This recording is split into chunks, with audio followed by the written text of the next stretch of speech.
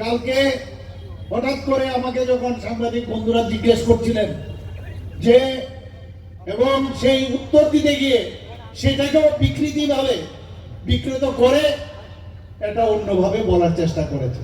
আমরা বারবার বলছি, আমাদের সাথে যারা পার্টনার আছে সেটা তো আমরা অস্বীকার করছি না, আমাদের সাথে ওনারা অ্যালায়েন্স পার্টনার, তো অ্যালায়েন্স পার্টনার আমি তো স্বীকার করতেই হবে। কিন্তু আমাদের যে মূল যে উদ্দেশ্য, আমরা চাই ভারতীয় জনতা পার্টি যে 28টা যে আমাদের আসন সংখ্যা আছে, সেখানে আমরা আগামী দিন এই 28টা সংখ্যার মধ্যে আমরা অবশ্যই আমরা সেখানে প্রতিদ্বন্দ্বিতা করব।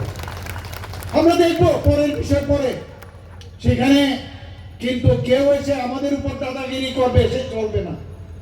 আমরা পার্টনার হিসাবে তাদের যতটুকু দরকার আমরা দিতেও পারি, নাও দিতে পারি, এটা আমাদের উপর নির্ভর করবে। কারণ আমরা কাউকে ছাড়তে চাই না। ভারতীয় জনতা পার্টির যে ধর্ম, আমরা জোট ধর্ম আমরা পালন করি, সেটা তো পরের বিষয়, কিন্তু আমাদের টার্গেট 28টায় 28টা, এটা আমি ক্লিয়ার করে দিতে চাই বন্ধুগণ।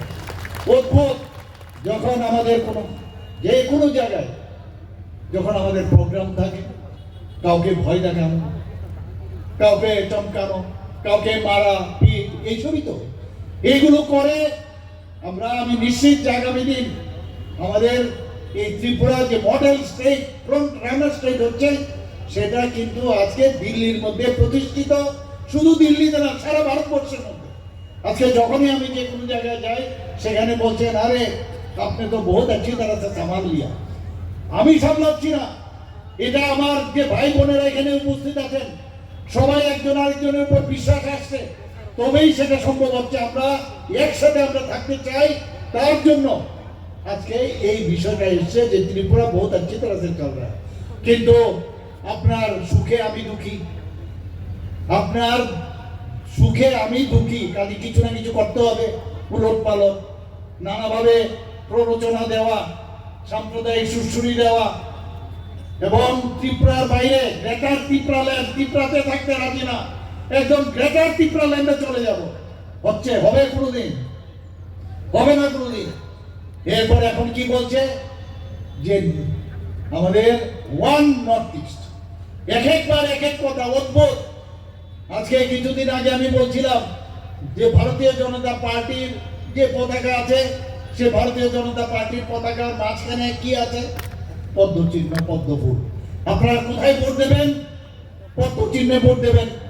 কিন্তু এরকমও পার্টি আছে, সেই পার্টির মধ্যে কারোর ফিগার সেখানে লাগানো, তার ছবি লাগানো। অদ্ভুত।